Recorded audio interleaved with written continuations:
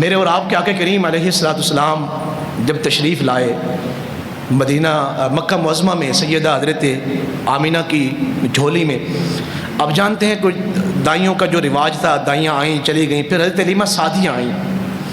جب حضرت حلیمہ سعدیہ آئیں اس وقت حضرت حلیمہ سعدیہ رضی اللہ تعالیٰ عنہ آپ کا جو زمانہ تھا وہ ایک غربت کا زمانہ تھا۔ بنو سعد میں کئی عرصے سے قحط سالی تھی۔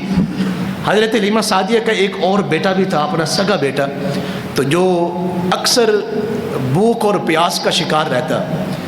حضرت حلیمہ سعدیہ چونکہ ایک قحط سالی کے علاقے میں رہتی تھیں تو وہ کھانا اور خوراک پوری نہ ملنے کی وجہ سے پورا دودھ بھی نہیں بنتا تھا۔ تو حضرت حلیمہ سعدیہ کہتی ہیں کہ جب میں نے حضور کو دیکھا، وہ ایک ایمان افروز باتیں ہیں۔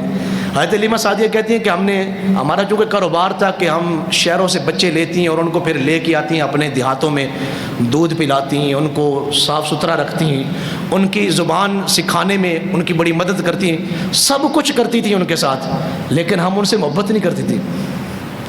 ایک فطرتی عمل تھا کہ اگر ہم ان سے محبت کرتی تو پھر واپس لوٹانا ہمارے لیے مشکل ہوتا تھا کہ واپس کیسے لوٹائیں گے والدین کو اگر ہمیں ان سے محبت ہو گئی۔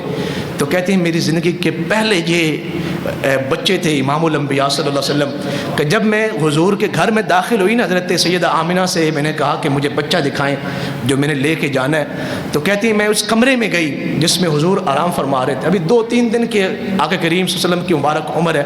تو کہتی ہیں حضور کے چہرہ مبارک میں ایک سفید چادر تھی، تو سیدہ آمنہ نے ذرا چادر کو سرکا، چادر ہٹایا تو کہا اللہ کی قسم میں نے پہلی نظر میں حضور کو دیکھا تو مجھے پہلی نظر میں حضور سے محبت ہو۔ جنہ ویکھیا نہیں وہ کرن گلاں، جنہ ویکھ لیا وہ تو بولتے نہیں۔ آپ اندازہ کر سکتے ہیں کہ صدیوں کے بعد اگر انسان حضور کا نام لینا تو انسان کو لگتا ہی نہیں کہ میں فرش پہ بیٹھا ہوا ہوں۔ وہ کتنے عظیم لوگ تھے جنہوں نے حضور کے دیدار کا شرف پایا اور حضور کی خدمت کا شرف پایا۔ میرے اور آپ کے آقا کریم صلی اللہ علیہ وسلم نے ہمیں کیا سکھایا؟ حضرت حلیمہ سعدیہ کہتی ہے میں نے حضور کو اٹھایا یوں اور حضور کو سینے سے لگایا، بس میرے پھر سینے سے لگانے کی دیر تھی کہ اللہ نے میری چھاتی کو دودھ سے بھر دیا۔ کون سی حضرت حلیمہ سعدیہ نے خوراکیں کھا لیں اور کون سا جناب کو بہت بڑی نعمتیں کھا لیں، ایسا نہیں تھا۔ صرف ایک بات تھی کہ پوری دنیا جن کی وجہ سے اللہ نے بنائی تھی سارے جہان کو، وہ نعمت جو ہے، وہ رحمت جو ہے حضرت حلیمہ سعدیہ کی بازوؤں میں تھی، ان کو اٹھایا ہوا ہے۔ تو کہتی ہیں میں نے فوراً حضور کو دودھ پلایا۔ تو جب میں نے ایک طرف سے دودھ پلا لیا نا، کئی لوگ بڑے اعلیٰ ظرف کے ہوتے ہیں، اللہ نے ان کو بہت بڑا دل دیا ہوتا ہے، تو ان کی کوشش ہوتی ہے کہ یار چلیں کوئی نہیں ہم بھوکے رہ لیں، ساتھ والے کا فائدہ ہو جائے۔ اور ہم نے یہ چیزیں دیکھی ہیں، کئی اللہ کے اس طرح کے لوگ موجود ہیں، اللہ تعالیٰ کے بندے۔ تو کہتی ہیں میری کوشش تھی کہ میں سارا دودھ حضور کو پلاؤں۔ جب میں نے ایک طرف سے دودھ پلایا، پھر دوسری طرف سے جب حضور کو دودھ پلانے لگی، یہ سیرت نبوی کا ایک عظیم باب ہے اور ایک عظیم پہلو ہے۔ تو کہتے ہیں جب میں نے حضور کو دوسری طرف سے دودھ پلانا چاہا تو تمام سیرت کی کتابیں اٹھا کے دیکھیں، حضور نے اپنا رخ مبارک پھیر لیا۔ آپ جانتے ہیں کیوں پھیرا حضور نے؟ کہ حضور کا ایک اور بھائی تھا حضرت حلیمہ سعدیہ کا سگا بیٹا، حضور جانتے تھے کہ اس نے بھی دودھ پینا ہے۔ حضور نے کبھی دوسری طرف سے دودھ نہیں پیا۔ یہ کیا پیغام دیا امت کے آخری فرد کو، میرے اور آپ کے آقا کریم نے، میرے آقا و مولا نے کیا پیغام دیا کہ اگر آپ امیروں کے بچے ہیں تو پھر ان غریب بچوں کا بھی خیال کریں جو آپ کے پڑوس میں رہتے ہیں، جو آپ کے آس پاس رہتے ہیں۔ حضور کا خاندان بڑا امیر خاندان تھا۔ حضرت عبد المطلب اور دیگر حضرت عبداللہ اور حضور کا یہ جو ددیال کا خاندان ہے، یہ کنجی بردار تھے کعبۃ اللہ کے، مکہ کا سب سے بڑا خاندان اور سب سے امیر ترین خاندان۔ تو حضور نے امت کو پیغام دیا، اگرچہ حلیمہ سعدیہ کمزور ہیں، وہ اجرت پہ مزدوری پہ کام کرتی ہیں بچوں کو دودھ پلانے کا، تو کیا ہے کہ میں امیروں کا بچہ ہوں تو سارا دودھ میں پی جاؤں؟ فرمایا نہیں، حضور نے دودھ نہیں پیا، رخ انور پھیرا، فرمایا اس کا مطلب یہ نہیں کہ آپ کے پاس وسائل ہیں اور آپ بڑے لوگ ہیں تو پھر آپ ان یتیم مسکین اور غربا بچوں کی خواہشات کا خیال نہ رکھیں، ایسا نہیں ہو سکتا۔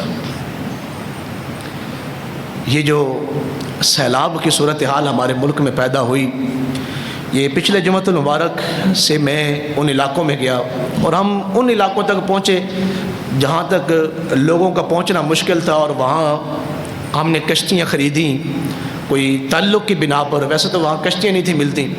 جب ہم ان علاقوں میں پہنچے جہاں لوگ نہیں تھے پہنچے، 5 دن سے 6 دن سے لوگ بھوکے تھے۔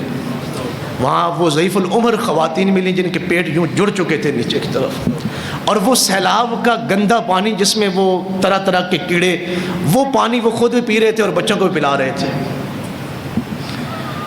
اور جب ہم نے ان کے درمیان کچھ چیزیں بانٹیں تو یقین کریں یہ میں مسجد میں بیٹھا ہوں اور یہ قرآن مجید میرے سامنے، اور میں ان لوگوں کو بھی جانتا ہوں، وہ سندھ کے بدماش اور غنڈے جنہوں نے پنجاب سے یا دیگر علاقوں سے جو سامان جو ہے وہ جا رہے تھے امداد کر، انہوں نے وہ لوٹے، اور بلوچستان کے وڈیروں کو جنہوں نے بغیرتی کی انتہا کی کہ انہوں نے جناب لوگوں سے کہا کہ اگر آپ نے سامان بانٹنے تو ہمارے ڈیروں پہ آ کے بانٹیں، وگرنہ ہم آپ کو اغوا کروا دیں گے اور کوئی آپ کو بچا نہیں سکے گا، نہ آپ ملیں گے نہ آپ کے سامان ملیں گے۔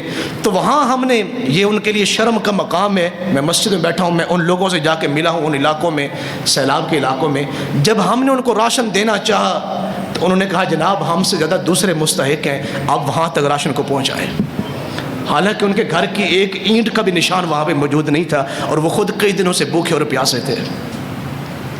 یہ جو آپ کو اللہ نے توفیق دی اور آپ جس معاملے میں آگے بڑھے، میرے اور آپ کے آقا کریم علیہ السلام کی ایک حدیث مبارک ہے جو میں آپ تک پہنچانا چاہتا ہوں۔ حضور نے ارشاد فرمایا، جب کوئی کسی کے دسترخوان پہ آ کے کھانا کھاتا ہے، چاہے وہ دسترخوان ہو یا وہ آپ کے ذریعے سے اس کے منہ تک کوئی لقمہ پہنچ رہا ہے رزق کا، میرا آقا کریم علیہ السلام کے حدیث مبارک ہے کہ مہمان جب دسترخوان پہ اس نے آنا ہوتا ہے، اللہ تعالیٰ اس کے آنے سے 40 دن پہلے روزانہ اللہ اس دسترخوان پہ رزق کو بڑھا دیتا ہے۔ 39 دن تک وہ جنہوں نے میزبانی کرنی ہوتی وہ رزق کھا رہے ہوتے ہیں، اور 40ویں دن کا جو رزق ہے وہ صرف اس دن آنے والا مہمان کھاتا ہے۔ شکر خدا کا ادا کر آمد مہمان پر، شکر خدا کا ادا کر آمد مہمان پر، وہ اپنا رزق کھا رہا ہے تیرے دسترخوان پر، وہ اپنا رزق کھا رہا ہے تیرے دسترخوان پر۔ تو یہ مصیبت زدہ لوگوں کے کام آنا، مساکین اور یتیم اور بیواؤں کے کام آنا، یہ اللہ کے نیک لوگوں کا کام ہے، یہ عظیم ہستیوں کا کام ہے۔ اس لیے وہاں یہ آپ مبارکباد کے مستحق ہیں، وہاں ان علاقوں میں جہاں جہاں یہ سیلاب کی صورتحال ہوئی، وہ لوگ راشن کی وجہ سے مکمل طور پہ جو ہے وہ سیر ہیں، اور وہ کہہ رہے ہیں کہ آپ راشن مزید نہ بھیجیں۔ اب پانی وہاں خشک ہو جائے، آپ میں سے جو مقید حضرات لوگ ہیں پورے سیالکوٹ سے، آپ انفرادی طور پہ وہاں پہ جائیں یا اجتماعی طور پہ جائیں، ان کے لیے بندوبست کریں مکانوں کا، رہنے سہنے کا۔ ایک لمحے کے لیے سوچیں، میں ایک حدیث شریف پڑھ رہا تھا اور بڑی خوبصورت وہ حدیث مبارکہ تھی کہ حدیث شریف کی شرح میں محدثین نے ایک بات لکھی، وہ بات میں آپ تک پہنچانا چاہتا ہوں۔ انہوں نے کہا جیسے آپ چاہتے ہیں نا کہ میری برائیوں کا کسی کو پتہ نہ چلے، ہم جتنی برائیاں کرتے ہیں چھپ کے کرتے ہیں، ایسے ہے کہ نہیں؟ تو وہ کہتے ہیں کہ اگر زندگی کا مزہ لینا ہے نا، زندگی کا لطف لینا ہے، جیسے آپ چاہتے ہیں نا کہ میری برائیاں کسی پہ عیاں نہ ہو، تو پھر کوشش کریں اپنے نیکیوں کو بھی لوگوں کے اوپر ظاہر نہ ہونے دیں، پھر نیکیاں بھی چھپ کے کریں۔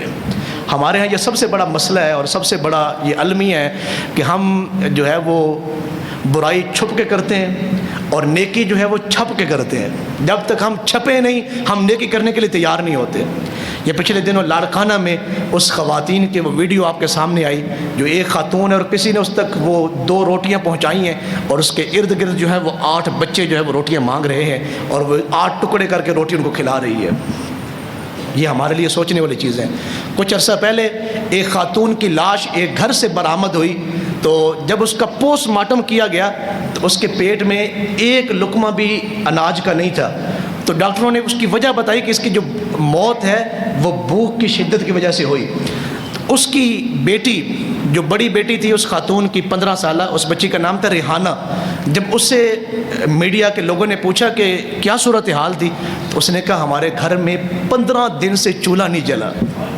اللہ کی روایت ہے ہم پاکستانیوں کی اور ہم بالخصوص پنجاب والے لوگوں کی کہ اللہ کے راستے میں کھلے دل بانٹنا اور کھلا خرچ کرنا یہ سب سے عظیم آپ کی میراث ہے اور یہ سب سے عظیم آپ کی کمائی ہے۔